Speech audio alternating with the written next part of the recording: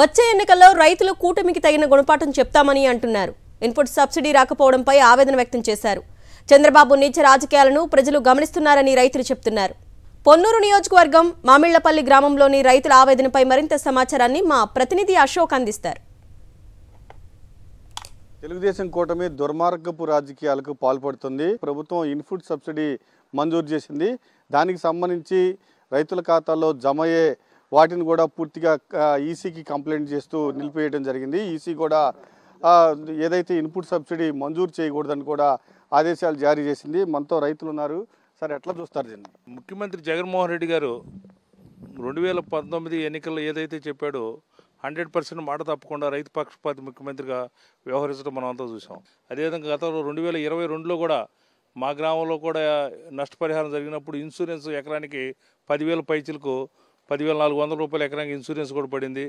ఏదైనా ప్రభుత్వం ఇచ్చేటువంటి సంక్షేమ కార్యక్రమాలను రైతు ప్రోత్సాహాలను ప్రతిపక్షాలు ఈ విధంగా ఆపటం కూటమికి సమంజసం కాదని తెలియజేస్తా ఉన్నాను. ఇప్పుడు రాజశేఖర రెడ్డి గారు ఉన్న టైంలో మాట అంటే మాట కట్టుబడి ఇలాంటి సంక్షేమ కార్యక్రమాలు కానీ ఇలాంటి ప్రభుత్వ కార్యక్రమాలు కానీ సక్రమంగా అమలుపరిచి రైతులకి గిట్టుబాటు ధర వచ్చేటట్టు కూడా తను చూసి అందరికీ ఎటువంటి ఇబ్బంది లేకుండా చేశాడండి రాజశేఖర రెడ్డి గారు. ఆయన బాటలో నడుస్తూ జగన్ గారు రైతులకు ఎంతో మేలు చేస్తున్నారండి చెప్పాలంటే.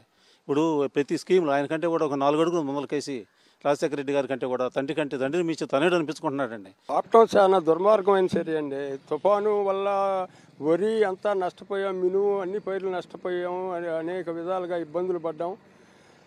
ఇది చాలా దుశ్చర్య. ఇది చాలా దుశ్చర్య. ప్రతిపక్షాల పార్టీలు చేస్తున్నటువంటి ఒక అరాచకమైనటువంటి నీచమైనటువంటి విధానం ఇది.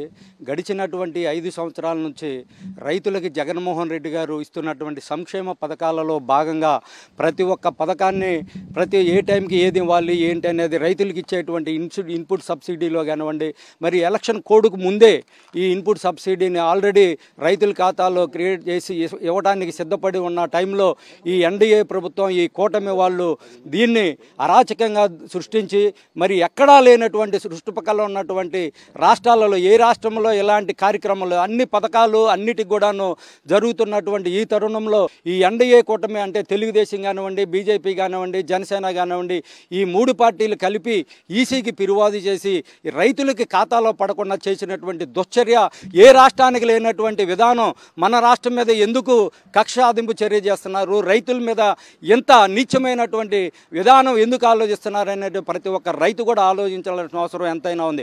గవర్నమెంట్ ఆ యొక్క సబ్సిడీని రిలీజ్ చేసింది.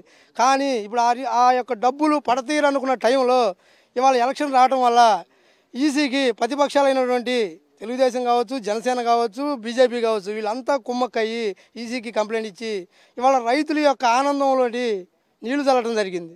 ఇవాళ రైతులకి కనీసం ఆ డబ్బులు వచ్చే ఏదన్నా వాడుకొని కొద్ది పంటకు నష్టానికి వచ్చిందని అనుకునే టైంలో వీళ్ళు చేసినటువంటి పని చాలా దుర్మార్గమైనటువంటి పని. కాబట్టి ఇవాళ రోజు రైతులు మొత్తం కూడా మేము ఒకటే చెబుతున్నాము, ఈ యొక్క దుర్మార్గమైన పని వీళ్ళు చేసిన దానికి వీళ్ళకి ఏ విధంగా రైతులకు గుణపాఠం చెబుతారో ఆ విధంగా గుణపాఠం చెప్పాలి. ఏదైతే తెలుగుదేశం కూటమి ఉందో దుర్మార్గపు రాజకీయాలకు పాల్పడుతుంది. ఖచ్చితంగా ఈ కూటమి నేతలు చేసే రాజకీయం దుర్మార్గ రాజకీయం ప్రజలంతా గమనిస్తున్నారు. ఖచ్చితంగా రేపు ఎన్నికల్లో ప్రజలంతా వాళ్ళకి ఖచ్చితంగా సరైన బుద్ధి చెప్తారని కూడా రైతులు మండిపడుతూ ఉన్నారు. కెమెరామెన్ భాషతో అశోక్, సాక్షి టీవీ, మామిళ్లపల్లి, పొన్నూరు నియోజకవర్గం.